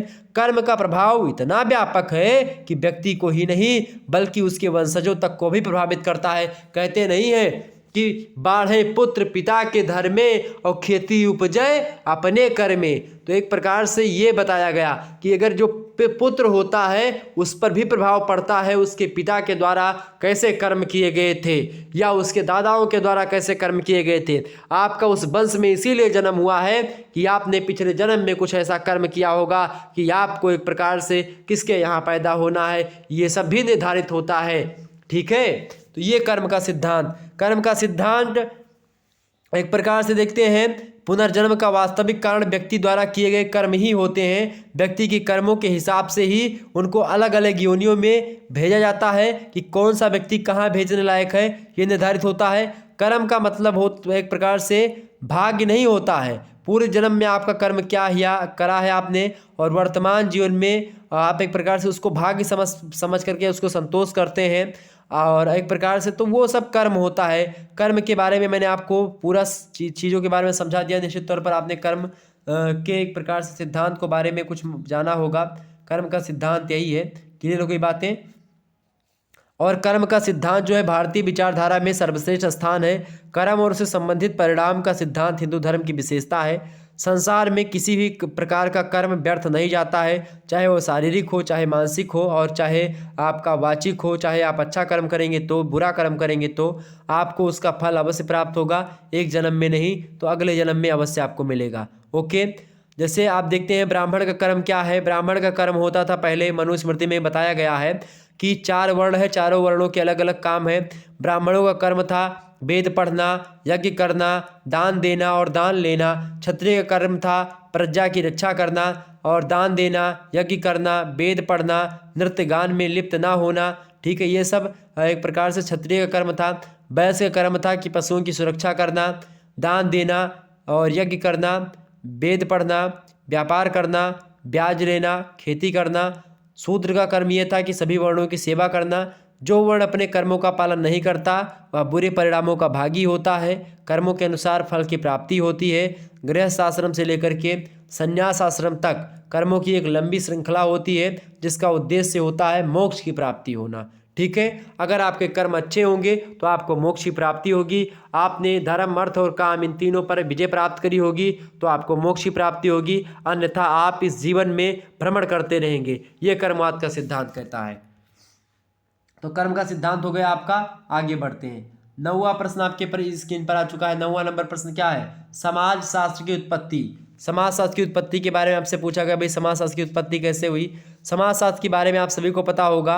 समाजशास्त्र की अगर बात की जाए तो शुरुआत से ही आपको पता होगा, अगस्त कॉम्ट नाम के एक व्यक्ति हैं, उन्होंने समाजशास्त्र को सामाजिक भौतिकी से समाजशास्त्र बोला। यानी जब समाजशास्त्र को सामाजिक भौतिकी कहा जाता था, ठीक है, सोशल फिजिक्स बोला जाता था, तब एक व्यक्ति आते हैं अगस्त कॉम्ट, फ्रांस के निवासी हैं। उन्होंने कहा 1838 में सामाजिक भौतिकी को क्या कहा, समाजशास्त्र कहा, सोशियोलॉजी कहा। और इसीलिए तो आपसे पूछा जाता है कि समाजशास्त्र को समाजशास्त्र से पहले किस नाम से जाना जाता था, तो आप बताएंगे सामाजिक भौतिकी के नाम से, यानी सोशल फिजिक्स के नाम से जानते थे। किसने नाम दिया, सोशियोलॉजी, तो अगस्त कॉम्ट ने दिया। इसीलिए अगस्त कॉम्ट को समाजशास्त्र का जनक कहा जाता है, ये बात भी ध्यान रखेंगे। और समाजशास्त्र की उत्पत्ति की अगर बात की है तो 3 युगों में इसको बांटते हैं भारत में, खास करके समाजशास्त्र की उत्पत्ति के बारे में। पहली विचारधारा है प्राचीन भारत में समाजशास्त्र का विकास। प्राचीन ग्रंथों में जब आप पढ़ेंगे, भारतीय प्राचीन ग्रंथों में, जैसे कि वेद पढ़ेंगे आप, जब उपनिषदों को पढ़ेंगे, जब रामायण को पढ़ेंगे, महाभारत को पढ़ेंगे, गीता को पढ़ेंगे, स्मृतियों को पढ़ेंगे, तो इन सभी में आपको सामाजिक चिंतन की विचारधाराएँ आपको दिखाई पड़ेंगी, तमाम सारे सामाजिक ज्ञान आपको मिलेंगे। दूसरी विचारधारा एक होती है, दूसरा युग आता है भारत में समाजशास्त्र का, औपचारिक प्रतिस्थापन युग जिसको बोलते हैं। सन 1914 ईस्वी से आप देखते हैं बम्बई विश्वविद्यालय में क्या होता है, प्रारंभ होता है 1914 ईस्वी में बम्बई विश्वविद्यालय में स्नातक स्तर पर समाजशास्त्र का अध्ययन प्रारंभ होता है। और यही से एक प्रकार से भारत में औपचारिक युग, मतलब औपचारिक तरीके से समाजशास्त्र का अध्ययन विश्वविद्यालय में प्रारंभ हो जाता है। बीए में समाजशास्त्र आता है, ओके। कब आता है, 1914 ईस्वी में। उस समय अंग्रेजों का ही शासन चल रहा था। 1907 में अंग्रेजों के यहाँ पर समाजशास्त्र का व्यवस्थित अध्ययन प्रारंभ हो जाता है, ठीक है। और तीसरा जो युग आता है वो आता है स्वतंत्रता प्राप्ति के बाद का युग, समाजशास्त्र का व्यापक प्रसार युग जो आता है 1947 में, जब अंग्रेजों लोग यहाँ से चले जाते हैं। उसके बाद में स्वतंत्रता के बाद में आप देखते हैं विभिन्न विश्वविद्यालयों में समाजशास्त्र के विभाग की स्थापना की जाती है, शोध संस्थानों में शोध कार्य किए जा रहे हैं।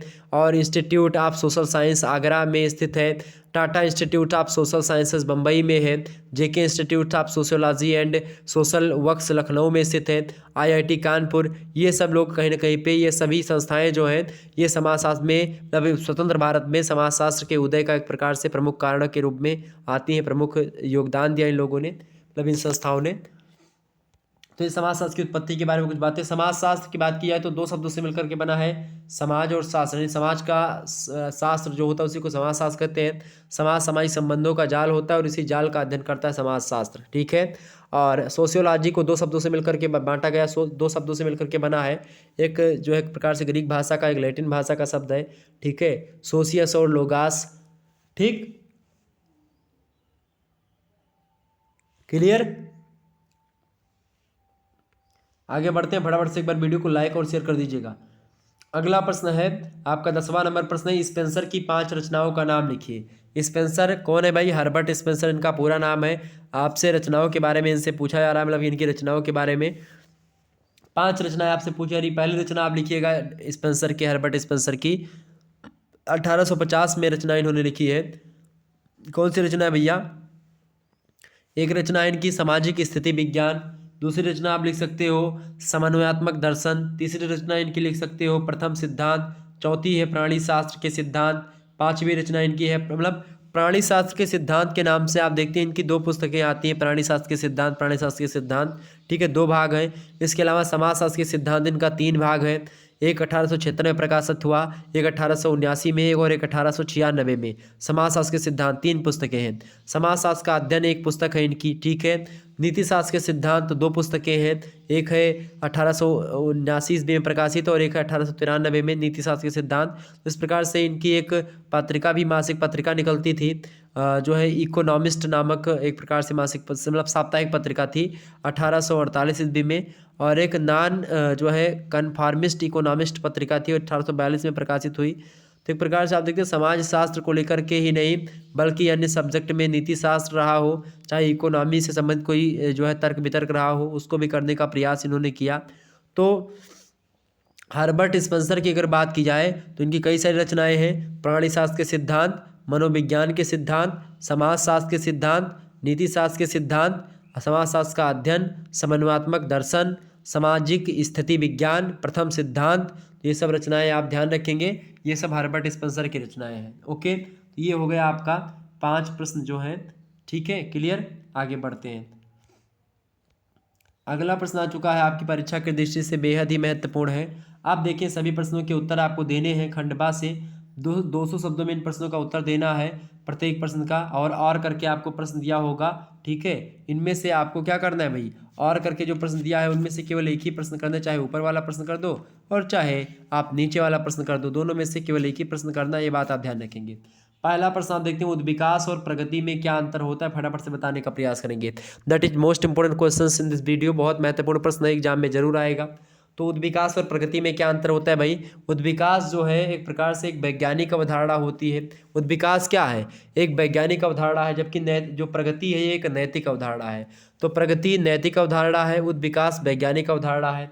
दूसरी बात यह है कि उद्विकास जो होता है एक निश्चित दिशा में होने वाला परिवर्तन होता है, जबकि प्रगति जो होता है अच्छे उद्देश्य के लिए परिवर्तन होता है। इसके अलावा तीसरा अंतर इसके इन दोनों का ये है उद्विकास और प्रगति का, कि क्षेत्र उद्विकास का जो क्षेत्र होता है वो बड़ा होता है, एक निश्चित दिशा में होने वाला प्रत्येक परिवर्तन उद्विकास कहलाता है, जबकि प्रगति का क्षेत्र जो होता है सीमित होता है, प्रत्येक परिवर्तन प्रगति नहीं कहलाता है, ये बात भी ध्यान रखेंगे। चौथा अंतर प्रगति और उद्विकास में ये है कि उद्विकास का स्वरूप जो होता है सदैव एक सा रहता है, और प्रगति की धारणा जो होती है देश काल के हिसाब से बदलती रहती है, तो ये प्रगति होती है। पांचवा अंतर आप लिख सकते हो प्रगति और उद्विकास की, चूँकि उद्विकास जो होता है इसका आधार प्राणशास्त्रीय नियम है, और प्रगति का आधार क्या है, सामाजिक मूल्य और आदर्श होते हैं। इसके अलावा छठवां अंतर इन दोनों में ये है कि उद्विकास जो होता है इसकी गति बड़ी धीमी होती है, धीरे धीरे विकास होता है, धीरे धीरे एक प्रकार से परिवर्तन होता है समाज में। और जो प्रगति होती है, ये प्रगति की जो गति होती है तेज होती है, धीमे भी होती है, मतलब ये की जा सकती है, प्रगति की गति धीम तेज की जा सकती है, इसमें कोई दो राय नहीं है। और आपको यहाँ पर ये भी बता दूं कि ये उद्विकास, विकास, क्रांति और विकास, ये चार जो टर्म्स होते हैं सामाजिक परिवर्तन के प्रकार हैं। आपने सामाजिक परिवर्तन चैप्टर पढ़ा होगा, BA सेकंड ईयर के पेपर नंबर 2 में पढ़ा होगा शायद। ठीक है, पेपर 2 में पढ़ा होगा सामाजिक परिवर्तन। ओके, और सोशल मतलब change, social change and social control आपने पढ़ा होगा। ठीक है,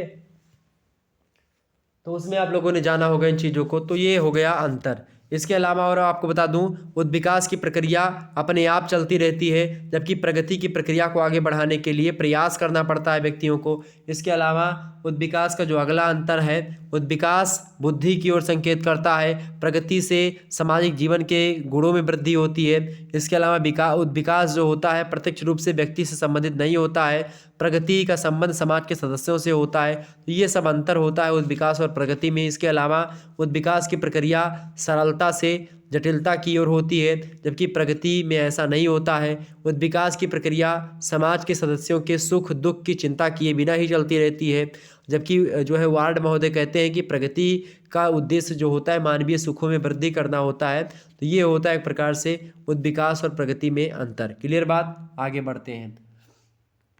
अगला प्रश्न है आपका, वर्ग संघर्ष के आधारों को बताइए। तो चाहे और करके यानी ये प्रश्न करना उद्विकास और प्रगति में अंतर, और चाहे वर्ग संघर्ष के आधारों को आप बता सकते हो। तो वर्ग संघर्ष के आधार आपसे पूछ रहा है भाई, वर्ग संघर्ष के आधार फटाफट से बताने का प्रयास करेंगे। वर्ग संघर्ष के आधार कौन कौन से हैं, तो आप लिखेंगे फटाफट से वर्ग संघर्ष के आधार। वर्ग संघर्ष की विचारधारा सबसे पहले दी किसने जान लो। तो वर्ग संघर्ष की विचारधारा को दिया, आप लिखेंगे कि कार्ल मार्क्स ने वर्ग संघर्ष का सिद्धांत दिया है, और उन्होंने कार्ल मार्क्स जो है एक प्रकार से इन्होंने इसके कई सारे सिद्धांत बताए हैं। कौन से, पहला सिद्धांत है कि वर्ग संघर्ष मानव इतिहास का आधार मूल नियम है, जो नवीन परिवर्तनों को क्या कर देता है, जन्म देता है। दूसरी बात यह है कि वर्ग संघर्ष उत्पादन की प्रणाली से रिलेटेड है, यानी संबंधित है, जो नए वर्गों की उत्पत्ति के लिए क्या करता है, एक आधार प्रदान करता है, एक फाउंडेशन प्रदान करता है। तीसरी बात यह है कि भौतिक जो वर्ग संघर्ष होता है, भौतिक आविष्कार भी आप देखते हैं इसका एक आधार होता है वर्ग संघर्ष का, जो उत्पादन प्रणाली में परिवर्तन लाता है, यानी वर्ग संघर्ष के द्वारा उत्पादन प्रणाली में भी अंतर आपको दिखाई पड़ता है। चौथा इसका एक प्रकार से वर्ग संघर्ष का ये मतलब आधार है। चौथा वर्ग संघर्ष का आधार क्या है भाई, ये आधार है कि वर्ग संघर्ष जो होता है शासन, वर्ग, धर्म, परंपरा, दर्शन, शिक्षा और प्रचार के द्वारा सत्ता स्थिर रखने की चेष्टा करता रहता है। पांचवा इसका आधार ये है कि शोषक वर्ग के द्वारा निर्मित समाज व्यवस्था में अस्थायी तो नहीं होता है। इसके अलावा छठवां अंतर इसका ये है कि मानव समाज में बढ़ता हुआ वर्ग संघर्ष श्रमिकों या सर्वहारा वर्ग के हितों को दृष्टिगत रखते हुए क्रांति की स्थिति तक पहुंच जाता है।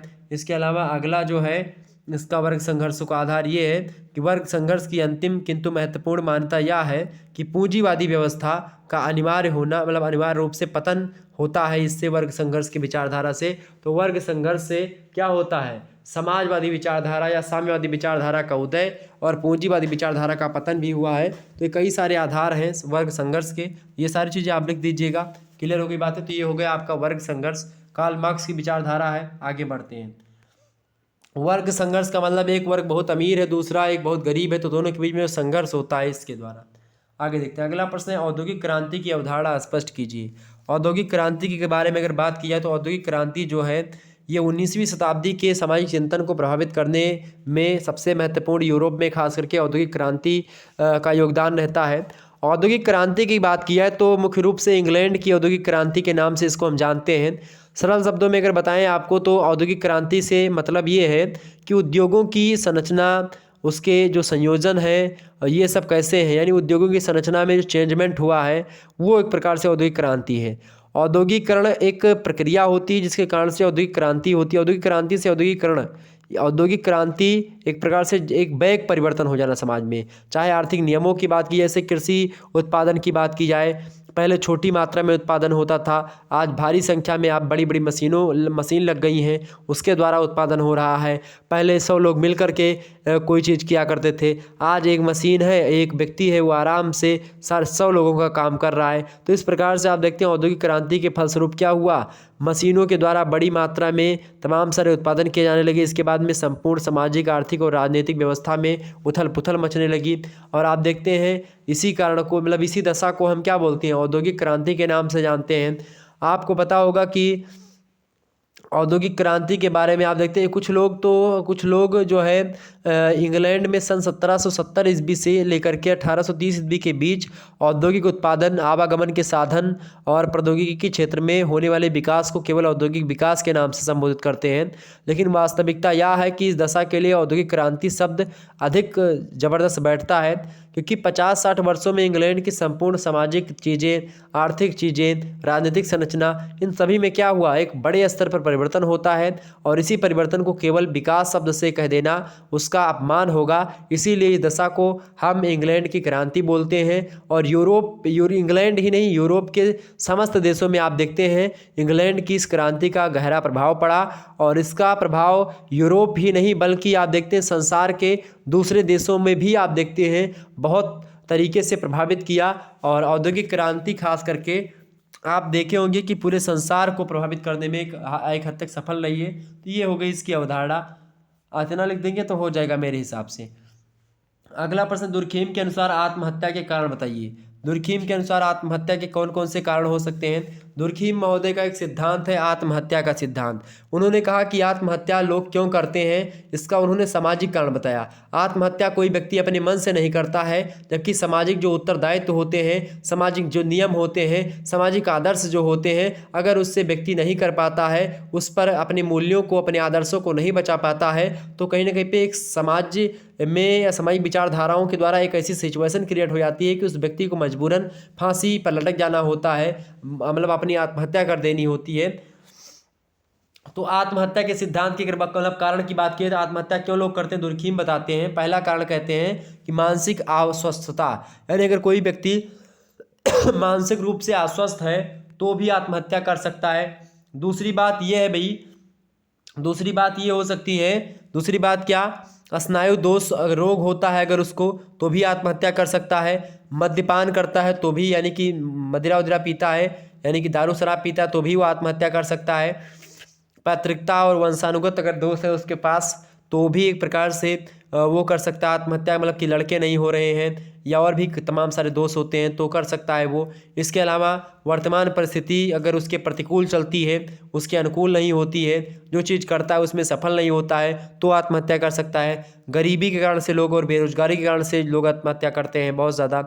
आकस्मिक संकट कोई उत्पन्न हो गया उसके कारण से आत्महत्या लोग करते हैं। बार बार अगर आप कोई काम कर रहे हैं उसमें असफल होते हैं तो भी आप आत्महत्या करते हैं। अतृप्त एवं दुखमय जीवन व्यतीत करने के बाद में भी बहुत सारे लोग आत्महत्या कर लेते हैं। अपने लोगों से जब आप जो है अपने लोगों से पराए पन की अनुभूति जब होने लगती है, यानी अपने लोग ही आपका साथ नहीं देते हैं, तो भी आप आत्महत्या करते हैं। इसके अलावा बिखरा और टूटा हुआ व्यक्तित्व अगर किसी व्यक्ति का है, उसके जीवन में कुछ नहीं लग रहा है, उसको लग रहा है पूरा जीवन नीरस है, तो वो व्यक्ति आत्महत्या कर लेता है। समाज के द्वारा जब उस व्यक्ति की उपेक्षा की जाती है, यानी समाज में उसको मान्यता नहीं दी जाती है, तो व्यक्ति आत्महत्या कर लेता है। और अगर उसका परिवार टूट जाता है, तो भी आत्महत्या व्यक्ति करने पर बहुत सारे जो लोग मजबूर हो जाते हैं।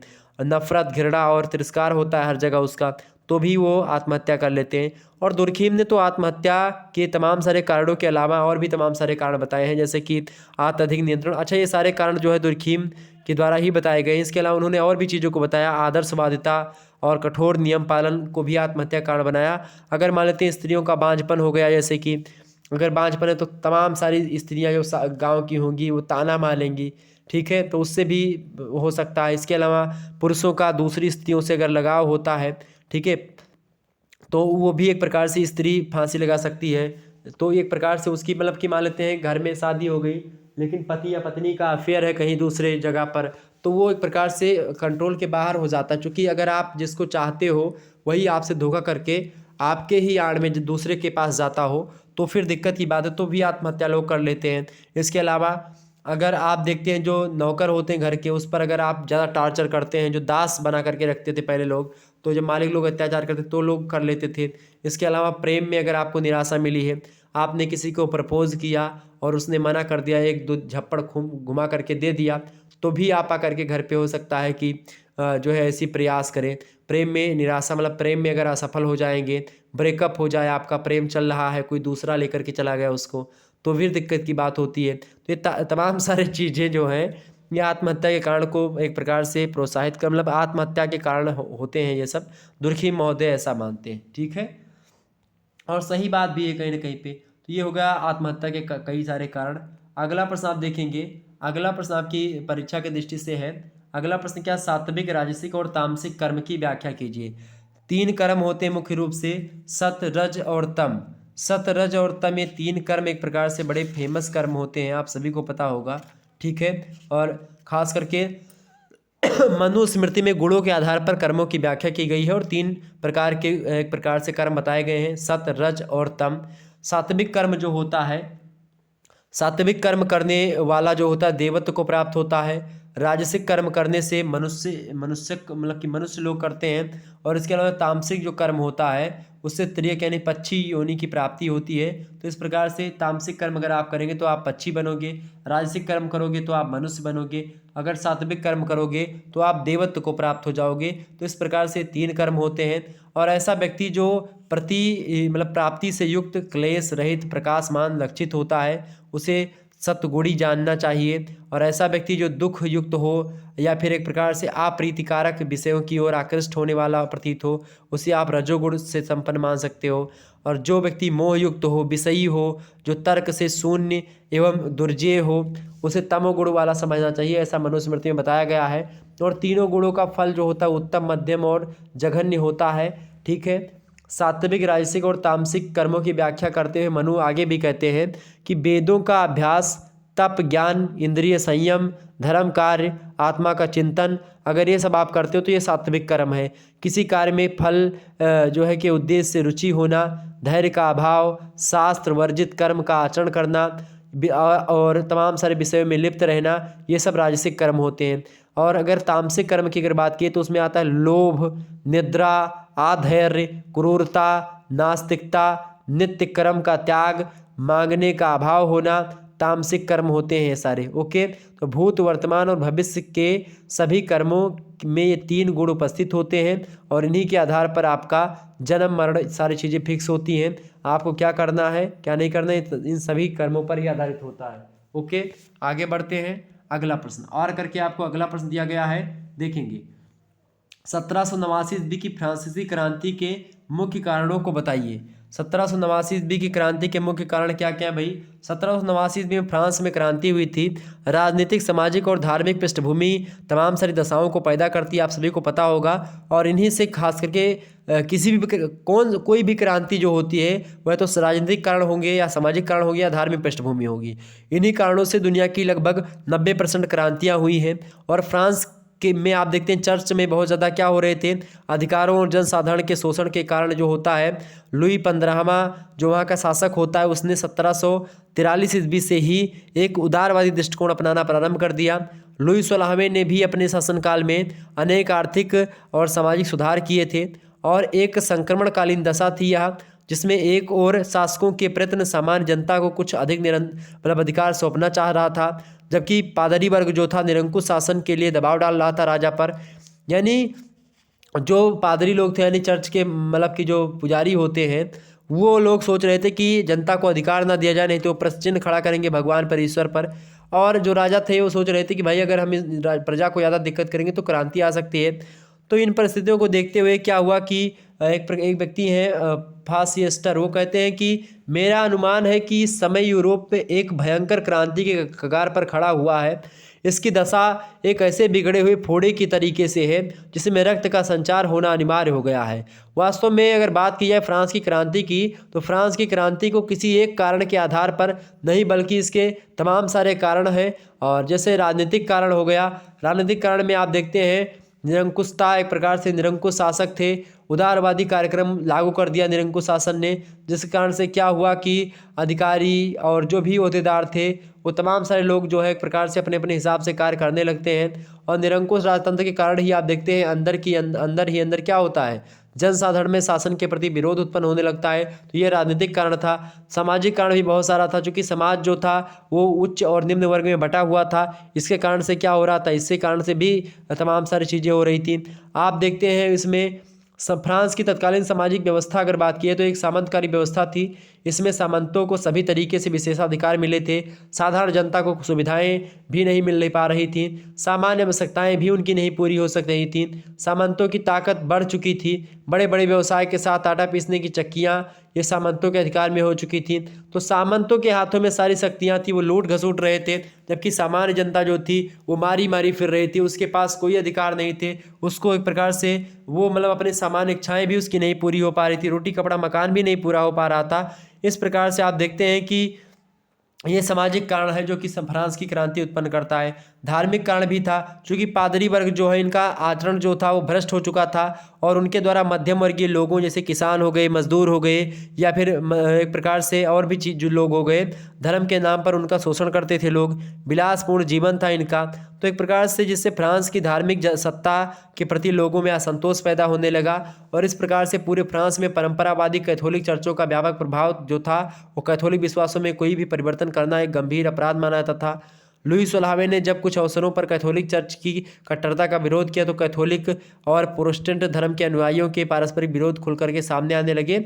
और धीरे धीरे क्या हुआ कि जब प्रोटेस्टेंट और जो कैथोलिक जो धर्म थे, यानी ईसाई धर्म के ही दो भाग हैं, कैथोलिक और प्रोटेस्टेंट, तो दोनों लोग आपस में जब चीज़ें होने लगी, इन दोनों में ही नहीं बैठने लगा, तो कैथोलिक पादरी और सामंती किसी भी तरीके से अपना प्रभाव बनाए रखने का प्रयत्न करने लगते हैं और इस धार्मिक संघर्ष ने क्या करा, क्रांति का रास्ता तैयार कर लिया। इस प्रकार से क्या हुआ, ये धार्मिक कारण था। इसके अलावा आर्थिक कारक भी थे, बहुत सारे थे, वैचारिक कारण भी थे और इस प्रकार से आप देखते हैं कि फ्रांस की क्रांति हो जाती है। तो तमाम सारी दशाओं से यह स्पष्ट होता है कि क्रांति से पहले फ्रांस में राजसत्ता और धार्मिक सत्ता के बीच एक ऐसा निंदनीय समझौता हो चुका था जिसके दुष्परिणामों के कारण से क्या हुआ था, जो जनसाधारण की स्थिति थी लगातार दयनीय होती जा रही थी।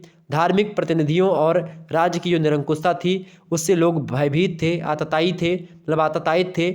और आप देखते हैं इन सभी दशाओं के बाद जनता के अधिकारों, मानवतावादी विचारों और धार्मिक नीतियों को स्वीकार करने की प्रवृत्ति जनता में बढ़ने लगती है और फ्रांस की सामंतवादी व्यवस्था का विरोध होने लगता है। और इन सभी दशाओं के फलस्वरूप फ्रांस में क्रांति का वातावरण तैयार होने लगता है और एक बड़ी क्रांति 1789 ईस्वी में घटित हो जाती है। ओके, आगे बढ़ते हैं। अगला प्रश्न आप देख सकते हो, अगला प्रश्न है आपका, देखेंगे सभी लोग। अगला प्रश्न आपके स्क्रीन पर आ चुका है। आपको मैं बता दूं कि ये सारे के सारे प्रश्न जो हैं ये आपके लगभग लघुत्तरीय टाइप के प्रश्न हैं जिनके बारे में बता रहा हूं। प्रश्न अगला क्या है आपका, अगला प्रश्न है भाई, देखेंगे सभी लोग, आश्रम व्यवस्था के समाज शास्त्रीय महत्व की विवेचना कीजिए। आश्रम व्यवस्था का समाज शास्त्रीय महत्व क्या है? ठीक है, पहला महत्व, चूंकि आश्रम व्यवस्था की बात की है तो सामाजिकरण का प्रमुख आधार रही है जो आश्रम व्यवस्था रही है और इस व्यवस्था का आधार यह विश्वास है कि व्यक्ति के मानसिक, नैतिक और आध्यात्मिक विकास के बिना समाज को संगठित नहीं किया जा सकता और इसीलिए व्यक्ति का आध्यात्मिक, नैतिक और मानसिक विकास के लिए आश्रम व्यवस्था जरूरी है। ये बात आप जान लीजिए। सामाजिक व्यवस्था मतलब आश्रम व्यवस्था का समाजशास्त्रीय महत्व ये है, पहला महत्व है जीवन का समुचित विकास के लिए आश्रम व्यवस्था का होना बहुत जरूरी है। दूसरी बात ये कि सामान्य कल्याण को प्रोत्साहन मिलता है आश्रम व्यवस्था से, इसलिए ये महत्व मतलब ये जरूरी है। इसके अलावा तीसरा इसका समाजशास्त्रीय महत्व ये है कि मानसिक स्थिति में सहायता प्रदान करता है एक प्रकार से आश्रम व्यवस्था। इसके अलावा चौथी बात ये है कि वस्तु और समूह की पारस्परिक निर्भरता एक प्रकार से, ये भी एक प्रकार से इसका महत्व है। इसके अलावा पांचवा महत्व है इसका बौद्धिक विकास का सर्वोत्तम आधार है एक प्रकार से जो आश्रम व्यवस्था है। इसके अलावा आप देखते हैं व्यवहारिकता जो है इसमें है, चूँकि आश्रम व्यवस्था एक व्यवहारिक व्यवस्था जिसमें जीवन के सभी कर्तव्यों को सामाजिक उपयोगिता के साथ जोड़ दिया गया है, तो आप इस एक प्रकार से ये चीज़ें हैं। इसके अलावा सातवां आप लिख सकते हो मानवीय गुणों का विकास होता है, तो एक मानवतावादी समाज की स्थापना करने में भी आप देखते हैं आश्रम व्यवस्था के महत्व को स्वीकार किया गया है। और तनिक ध्यान देना होगा यहाँ पर ये आपको कि आश्रम व्यवस्था से संबंधित विभिन्न धर्मों ने व्यक्ति में आप देखते हैं सरलता, पवित्रता, निष्ठा, सहिष्णुता, सामाजिकता, सेवा, समानता, बंधुत्व, उदारता और आध्यात्मिकता के गुण उत्पन्न किए हैं। ये सब गुण जो हैं ये सात्विकता, सरलता, पवित्रता, निष्ठा, सहिष्णुता, सामाजिकता, सेवा, समानता, बंधुत्व, उदारता, आध्यात्मिकता, ये सब गुण वैसे नहीं आते हैं व्यक्ति के अंतर्गत, ये आश्रम व्यवस्था के द्वारा ही उत्पन्न होते हैं। तो इन्हीं गुणों के फलस्वरूप आप देखते हैं भारतीय संस्कृति इतनी लंबी अवधि से सुरक्षित रह सकी है। लगातार हूणों ने, तमाम लोगों ने आक्रमण किया, कुषाणों ने आक्रमण किया, शकों ने किया, पल्लवों ने किया, तमाम प्रकार के आप देखते हैं भारत पर आक्रमण होते रहे शुरुआत से ही। अफगानों ने किया और मुसलमानों ने मतलब मुगलों ने किया, ठीक है, अरबों ने किया, और आप देखते हैं कि चाइना वाले इधर से कर रहे थे। और आप देखेंगे कि बहुत सारे लोग यहाँ पर भारत में आते हैं, अंग्रेजों ने किया, फ्रांसीसियों ने, डच ने, सभी लोग यहाँ पर आए, अपने अपने कल्चर को थोपना चाहा, लेकिन फिर भी भारतीय कल्चर यानी जो भारतीय संस्कृति है वो बची रही। तो ये सब एक प्रकार से आश्रम व्यवस्था के ही गुण। अगला प्रश्न आपकी परीक्षा की दृष्टि से ये भी महत्वपूर्ण है। प्रश्न है कि मैक्स वेबर की सत्ता की अवधारणा को स्पष्ट कीजिए। तो मैक्स वेबर की सत्ता की अवधारणा के बारे में आपसे प्रश्न पूछा जा रहा है। आने वाले समय में मुझे लग रहा है कि इन सभी प्रश्नों को समझेंगे हम विस्तार से और अच्छे तरीके से, और भी एक आध मॉडल पेपर मैं दे दूंगा और सारी चीज़ें आपकी क्लियर हो जाएंगी। हालांकि आपको लगभग इसी वीडियो के माध्यम से मैंने बहुत सारी चीज़ों को बता दिया है। मैक्स वेबर की अगर बात की जाए तो मैक्स वेबर जो कहते हैं कि मनुष्य समाज में अकेला नहीं रह सकता है, वरन अन्य लोगों के साथ रहने के दौरान वह दूसरों को क्या करता है, प्रभावित करता रहता है। और जब जो है एक प्रकार से, और मनुष्य दूसरों को जब प्रभावित करता है तो स्वयं को भी दूसरों से प्रभावित होता है, यानी कि लोगों से भी प्रभावित होता है और लोग उससे प्रभावित होते हैं। प्रभाव का मतलब ये है कि वो दूसरे की नीतियों से प्रभावित होता है और दूसरों को प्रभावित भी करता है। एक व्यक्ति दूसरे व्यक्तियों को अपनी इच्छा अनुसार से बदलते हैं और कार्य करवाते हैं, यही होता है प्रभाव। तो ये एक प्रकार से प्रभाव दो रूप में हो सकता है, या तो पहली चीज़ सत्ता के माध्यम से आप प्रभाव डाल सकते हो, सत्ता, या फिर शक्ति, ठीक है, सत्ता और शक्ति ये दो रूप होते हैं प्रभाव के। यदि मैक्स वेबर कहते हैं कि यदि एक व्यक्ति अपनी बात मनवाने में शक्ति का प्रयोग करता है अथवा बल प्रयोग की धमकी देता है तो वह शक्ति कहलाती है, जबकि शक्ति को वैधानिक स्वीकृति अगर मिल जाती है, कानूनी स्वीकृति मिल जाती है अगर शक्ति को, कि शक्ति का प्रयोग, जैसे पुलिस अपनी बात मनवाते हैं ना, पुलिस कहते हैं कि भाई ये चीज़ करना है, तो औपचारिक है वो, लेकिन अगर आप अनाधिकृत रूप से किसी को कहेंगे कि ये करना है तुमको, तो वो नहीं करेगा। या तो भाई तुम बहुत बड़े आदमी होगे तो करेगा, या डर से करेगा, आपके यानी शक्ति से, बल आपके पास ज़्यादा इसलिए डर की वजह से कर रहा है, या फिर आपके पास सत्ता है इसलिए कर रहा है। दो चीज़ों से कोई व्यक्ति आपकी बात को मानता है, या फिर एक प्रकार से प्रेम, तो प्रेम अलग बात है। सत्ता और शक्ति की अवधारणा यहाँ पर मैक्स वेबर की पूछी गई है। तो आप लिखेंगे कि जब शक्ति को वैधानिक स्वीकृति मिल जाती है तो सत्ता कहलाती है, ठीक है, और जब कोई व्यक्ति अपने बल से धमकी देता है कि भाई ये कर्म करना, तो शक्ति होती है, ठीक है। दूसरे शब्दों में वैध शक्ति ही क्या कहलाती है, सत्ता कहलाती है। जैसे कि मान लेते हैं उदाहरण के माध्यम से, प्राचार्य हो गया, राष्ट्रपति हो गया, प्रधानमंत्री हो गया, मेजर हो गया, ये सब जो एक प्रकार से लोगों को जो है कमांड देते हैं या फिर ऑर्डर देते हैं, ये सब अधिकार होता है, मतलब ये सब एक प्रकार सत्ता की श्रेणी में आता है, क्योंकि उन्हें अधिकार और शक्ति प्राप्त है, वह संविधान नियमों कानूनों के द्वारा एक प्रकार से उनको मिली हुई है और इसलिए वो अपनी चीज़ों का प्रयोग करते हैं। शक्ति और सत्ता दोनों ही प्रभाव के विभिन्न स्वरूप हैं और सत्ता समाज में स्थायित्व बनाए रखती है। यह केवल राजनीतिक क्षेत्र में ही नहीं बल्कि सामाजिक जीवन में भी क्रियाशील रहती है। सत्ता शक्ति का संस्थागत रूप भी होता है, ये बात आप ध्यान रखेंगे। और मैक्स वेबर ने सत्ता के 3 प्रकार बताए हैं, वैधानिक सत्ता और परंपरागत सत्ता और करिश्माई सत्ता। वैधानिक सत्ता जैसे कि आप राष्ट्रपति हैं या एक प्रकार से आप मतलब कि बड़े पद पर कोई हैं तो आप ये वैधानिक सत्ता आपकी है, ठीक है, विधि के यानी कानून के हिसाब से आप एक बड़े पद पर हो, ये हो गई आपकी वैधानिक सत्ता। दूसरी सत्ता होती है परंपरागत सत्ता। मान लेते हैं कि गांव वगैरह में आपको पता होगा आदिम समाजों में 5 पंच होते थे, ठीक है, गांव के मुखिया हुआ करते थे, वृद्धजनों की परिषद हुआ करती थी। तो उसमें एक प्रकार से परंपरागत रूप से जो व्यक्ति मतलब संयुक्त परिवार में मुखिया हो जाओ आप, या जाति व्यवस्था में ब्राह्मणों को एक प्रकार से जो स्थान प्राप्त है सत्ता कि ब्राह्मण लोग जो करते हैं वो व्यक्ति मतलब कहते हैं वो व्यक्ति लोग करते हैं, ब्राह्मणों की बात लोग मानते हैं, ब्राह्मण लोग सत्कर्म करते हैं, ब्राह्मण लोगों के द्वारा ही आप देखते हैं यज्ञ पूजा पाठ हवन वगैरह करके वातावरण को शुद्ध भी करते रहते हैं लोग। भगवान को एक प्रकार से जो है खुश करने का प्रयास, लगातार पूजा पाठ करने का प्रयास किया करते हैं ब्राह्मण लोग। तो ब्राह्मण लोगों को एक प्रकार से ये वैधानिक मतलब परंपरागत सत्ता के द्वारा प्राप्त है कि भाई उनकी बात, उन्हीं से लोग कथा सुनते हैं, उन्हीं से लोग भागवत कथा सुनते हैं, तो ये चीज़ें होती हैं, ठीक है।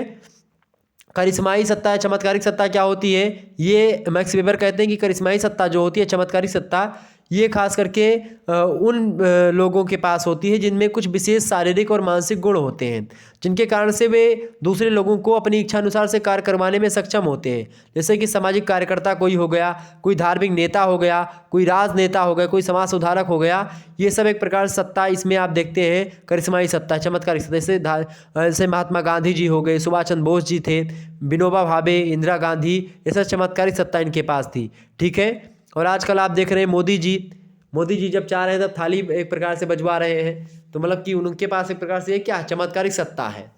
वैधानिक सत्ता मतलब एक प्रकार से वैधानिक सत्ता तो है ही, लेकिन चमत्कारिक सत्ता कैसे बोलेंगे। वैधानिक सत्ता राष्ट्रपति की आप मान सकते हो मतलब उनकी, लेकिन जो करिश्माई सत्ता, चमत्कारिक सत्ता, ये है क्या, मोदी ने अपने टैलेंट के बल पर क्या करा भाई, जीता है, चुनाव जीता। सभी पूरा 2014 से पहले मोदी जी को कौन जानता था, केवल गुजरात में ही मुख्यमंत्री थे, लेकिन जैसे ही जो चुनाव आता है एक प्रकार से एक लहर सी बन जाती है, पूरे के पूरे एक प्रकार से भारत ही नहीं पूरे संसार में लोग मोदी को जानते हैं, ठीक है। तो एक प्रकार से आप देखते हैं एक इशारे पर आप देखते हैं तमाम सारे व्यक्ति दौड़ पड़ते हैं, अटूट विश्वास करते हैं, उनमें आस्था रखते हैं, तो ये सब चीज़ें होती हैं। तो ये हो गया आपका मैक्स वेबर की सत्ता के उदाहरण। अगला है आपका 5वां प्रश्न, कर्म के प्रमुख सिद्धांतों का उल्लेख कीजिए। मैंने शुरुआत में कर्म के सिद्धांतों के बारे में आपको बताया था, आप लोगों ने उसको देख लीजिएगा। शुरुआत में हमने कर्म के बारे में बताया था, ठीक है, कि जो है कर्म जो होता है पुनर्जन्म, ये सारी चीज़ों के बारे में मैंने पूरा बता दिया था ना। तो कुल मिलाकर के व्यक्ति अपने कर्मों के अनुसार जन्म और मृत्यु के बंधन में तब तक बंधा रहता है जब तक वह मोक्ष को नहीं प्राप्त हो जाता है, यानी ब्रह्म को ना प्राप्त कर ले।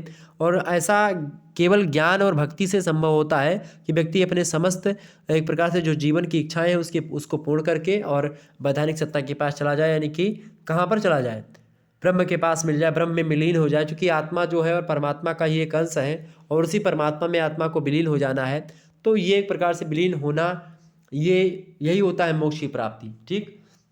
अगला प्रश्न है आपका, महात्मा गांधी की सत्याग्रह की मतलब कि सत्याग्रह की अवधारणा को स्पष्ट कीजिए। महात्मा गांधी के सत्याग्रह, सत्याग्रह आप सभी को पता होगा, सत्य प्लस आग्रह, सत्याग्रह, सत्याग्रह। सत्याग्रह की बात की तो सत्य और अहिंसा, इन दो बातों को मिलकर के, आत्म पीड़ा, इन सभी चीज़ों को मिलकर के जो है सत्याग्रह बना है। सत्य सर्वप्रथम आप देखते हैं सत्याग्रह का प्रयोग महात्मा गांधी जी ने कहाँ पर किया था, तो सबसे पहले दक्षिण अफ्रीका में किया था। अपने सार्वजनिक मतलब कि सर्वाधिक मतलब सार्वजनिक जीवन का प्रारंभ इन्होंने इसी जो है भूमि से किया था, जो है महात्मा गांधी जी ने दक्षिण अफ्रीका की भूमि से, वहीं से इनकी राजनीतिक चीज़ें प्रारंभ होती है और रंग भेद को वहाँ पर ख़त्म किया। सत्य और आग्रह इन दो शब्दों से मिलकर के बना सत्याग्रह।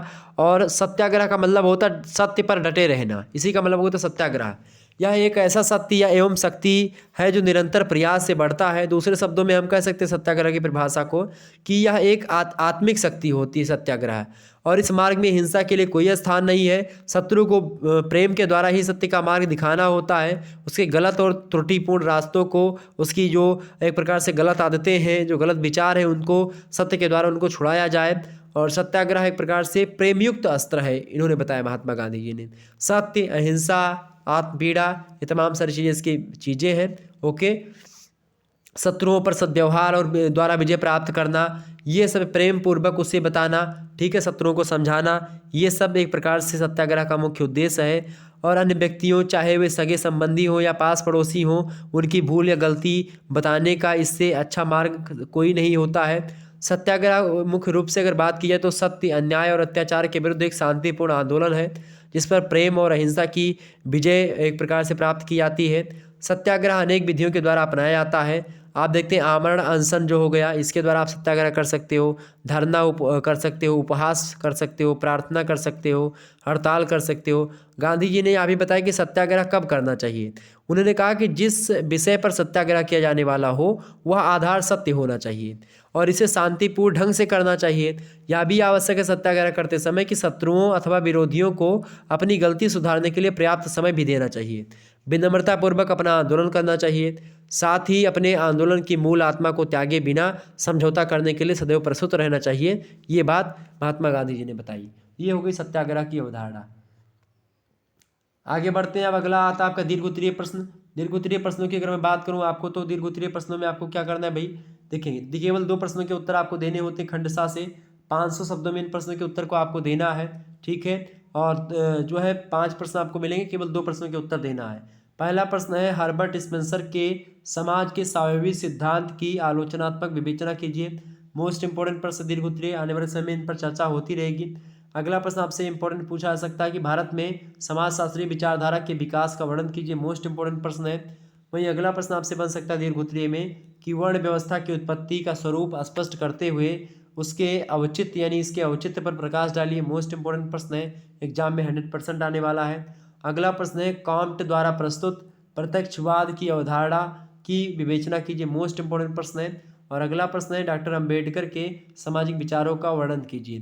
तो इस प्रकार से 5 प्रश्न जो है आपकी दृष्टि से, मतलब कि आपकी परीक्षा की दृष्टि से बेहद ही महत्वपूर्ण है। इन प्रश्नों को आप ध्यान से पढ़ लीजिएगा। अगर आपके पास सीरीज वगैरह है तो पढ़ लीजिएगा। बाकी आपके लिए मैं और भी मॉडल पेपर लाने का प्रयास करूंगा, उसमें इन चीज़ों पर भी मैं फोकस करने का प्रयास करूंगा, ठीक है। अभी समय लंबा हो चुका है, समय बहुत ज़्यादा लग चुका है, इसीलिए और आने वाले समय में हम चर्चा करते रहेंगे और मुद्दों पर, इन सभी मुद्दों पर, वैसे लगभग हमने अधिकतर मुद्दों पर चर्चा कर ही ली है। तो निश्चित तौर पर यह वीडियो आपके लिए बहुत हेल्पफुल होगा।